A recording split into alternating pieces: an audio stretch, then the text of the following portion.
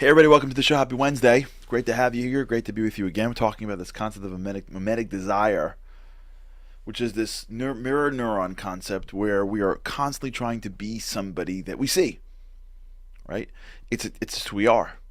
We're looking for things because someone else has it. And this is so important because what it does is it starts to give us things to do that we may not deep down want to do. Right? We have these innate desires, these beliefs, this I would say spiritual tasks. We have parts of our lives that demand more of us. Right? The stuff that's going to make us us. And we have the stuff that we think we want, but we only really want it because somebody else wanted it. Right? I want the ice cream too. Well, you didn't want ice cream a minute ago. You want the chocolate chip cookies. Well, he got it. What does that have to do with him? Today, I was talking to somebody. Today. And we were talking about hiring somebody for them. Right? They're overwhelmed at work. And they wanted to get a person underneath them to help, with the workload. So they got an approval from the head of the company to go hire someone. But the people that they're going to hire because of inflation are going to make almost as much as they're going to make. So you can imagine this person's been in a company for over a decade. They're a senior person, and just because of inflation, a mid-level that comes in is making close to what they're making, and they just can't do it. And I'm like, wait, what do you mean? You're going to get someone to help you. Yeah, but it's not fair. They're going to make almost as much as me. But I'm like, yeah, but they're going to help you. What is their making? So because they're going to take money from the company, you're going to not have someone help you? Like, how does that work? It's not fair. It's their business. It's not fair. I should be further along on the road. I have more years. Okay, I started when the market was different. I started when I was younger. Okay, maybe when I started it was X and I've been getting small bonuses and now the market's changed. Doesn't matter. What does their life have to do with your life? Isn't that a question we should ask ourselves? What does everyone else's life have to do with us? The answer is when someone else gets something, we want it.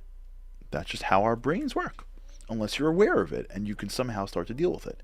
Because if you're not, what ends up happening is you end up getting things that you never even really wanted.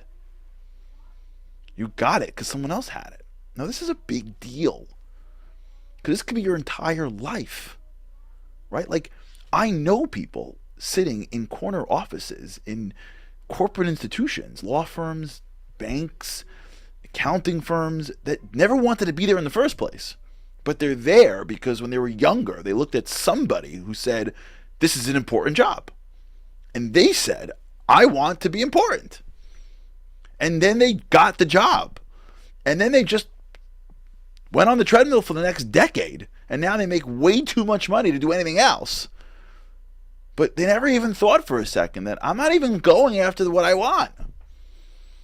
I'm going after what someone else wants. It's someone else's desire. And they got it. And I just saw it. So I think I want it. Because I don't know better. I don't know what success in life is. I'm too young. So I look at someone else who's successful and assume that if I just be like this person, I'll be successful. And then I go out and I go get it. And then I do it. And then I realize I don't feel like I'm successful. Because it's not my desire. I'm just imitating somebody else.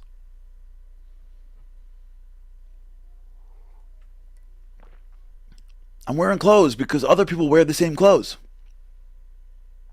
I'm all for it, but like, what the whole concept is quite interesting, right? They make clothes up. Like, you ever notice that styles just keep on going round and round and round? Right? Like, you ever look at like, your grandmother's album at like Passover Seder and like, she's wearing something and you're like, oh my gosh, Grandma, you are so in style.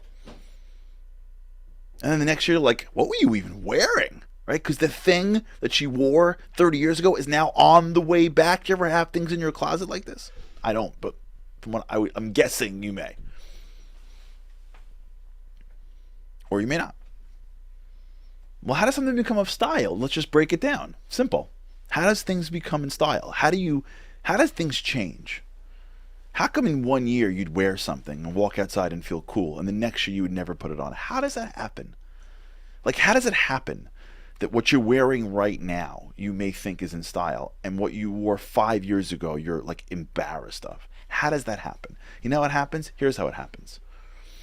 A bunch of people get around the table and they think, they're probably experts in style, right? They could be. And then they put the clothes on some really, really, really objectively attractive people. And they put those people everywhere. And you look at them, and the attractiveness that you believe are attractive is draped in the styles. And your brain can't tell the difference. And it starts to become, I want to look like them.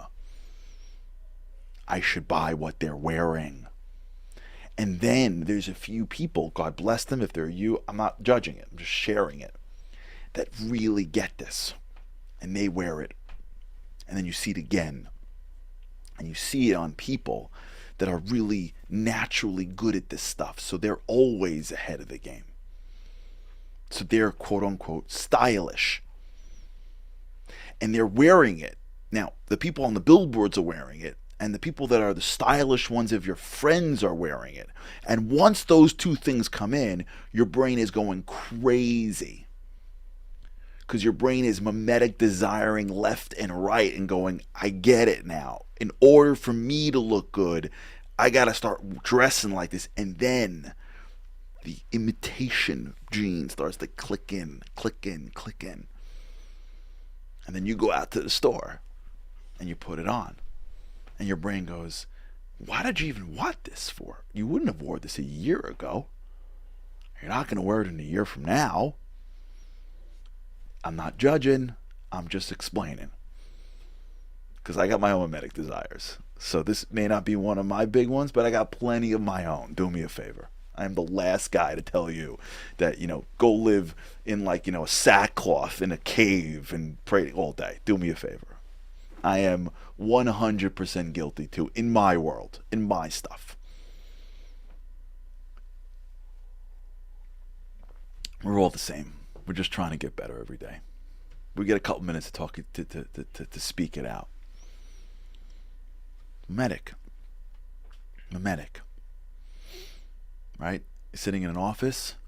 You're happy that you're a VP, you're a vice president, until you find out your friend's a first vice president, and then you feel like you're not enough. And you wonder why your friend has more than you when you thought you were smarter than them. Oh, it's because of your boss. And then it's not fair. And then you feel jealous and envious. Well, an hour ago you were happy as a VP. That was before you found out your friend was an FVP. When you were younger, everybody lived in the same apartment complex. Nobody seemed to care. But now you're older, you live in the suburbs. And every year someone's redoing their house. And so you got to redo your house. You don't know why. Your kitchen is just as big. It's big enough. So why would you take on a home equity? And why would you increase your payments when you're trying to save for X, Y, and Z in order to push out your kitchen when you don't even need a bigger kitchen? You know why you want it and you need it? Because the person next to you's got a big kitchen and you just went to see them. And you came home and go, you know what we really should do? We should really push out our kitchen. It's life. Memetic. It's imitation. I determine what I want based on what I see in others. But here's the problem. The problem is that I don't really want it. I only wanted it because I saw it.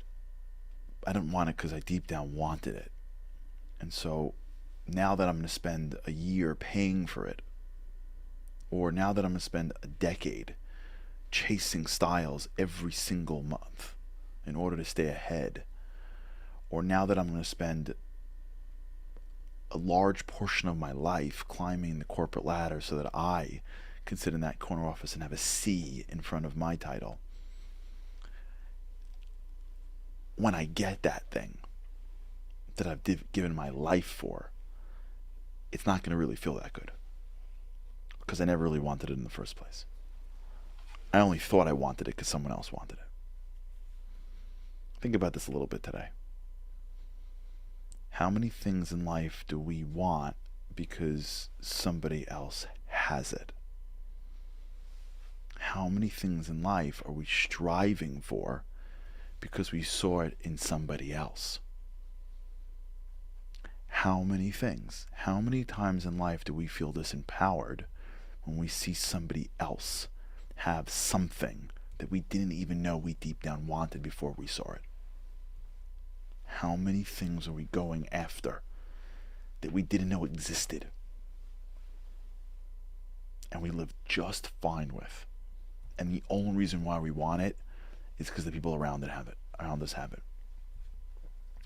Even if we still get it, it's okay. But let's at least talk about it so that we can at least see it. It's okay to do things.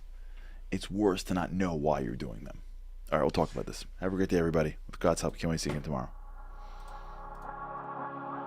Living on a lifeline, the world doesn't ever seem to change. Looking for the sunshine, but you're caught up in the rain. It's like your eyes are wide open, but you cannot see. You're watching life pass you by like 1, 2, 3. Walking in destruction, the winds of life blur your vision. All the devastation forever feels like you're on the run. It's time. No one else can set you free. You're locked inside, and only you have got the key.